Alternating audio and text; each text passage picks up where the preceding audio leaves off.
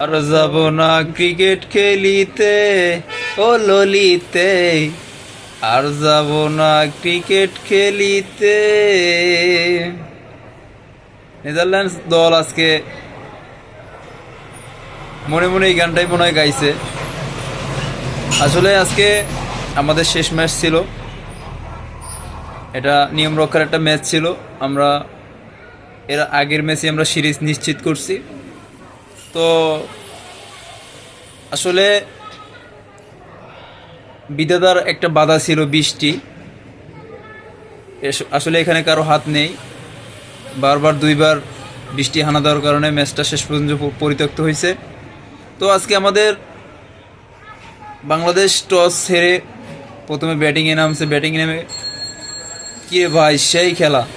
আমাদের ক্যাপ্টেন লিটন কুমার দাস অসাধারণ ক্যাপ্টেন্সি, অসাধারণ ব্যাটিং। 46 বলে তিনি 73 রানের একটা কেমিও ইনিংস খেলছেন, যেখানে 6টা 4-এর মাইট ছিল, 4টা 6-এর মাইট ছিল।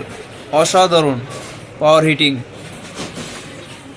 আসলে এই যে জুলিয়ান উড 3 সপ্তাহের ভিতরে বাংলাদেশ দলটাকে পুরোপুরি চেঞ্জ করে দিয়েছে। তিনি আজকে যাওয়ার সময় একটা কথা বলে গেছে যে আমি যদি বাংলাদেশ দলের সাথে আরও কিছুদিন থাকতে পারতাম তাহলে ভালো হতো। আজকে লিটন দাস সাকিব আল হাসানকে ছাড়িয়ে টি-20 ক্যারিয়ারে 1450 লিটন দাসের, অসাধারণ। নাম্বার 16, তোমার জন্য শুভকামনা। আসলে আজকে প্রত্যেকটা প্লেয়ারই মোটামুটি রান করছে।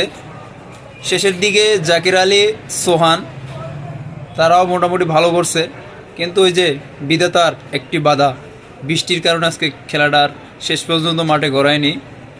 তো যাই হোক, আমরা সিরিজ নিশ্চিত করছি, আর এই সিরিজ নিশ্চিত করা এটা আমাদের এশিয়া কাপে আত্মবিশ্বাস যোগাতে সহযোগিতা করে।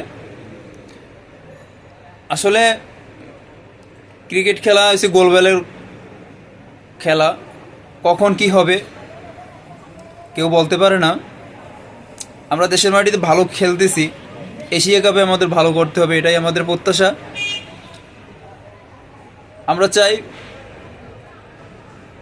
এবছর এশিয়া কাপটা আমরা চ্যাম্পিয়ন হই, এটাই আমাদের প্রতিশ্রুতি।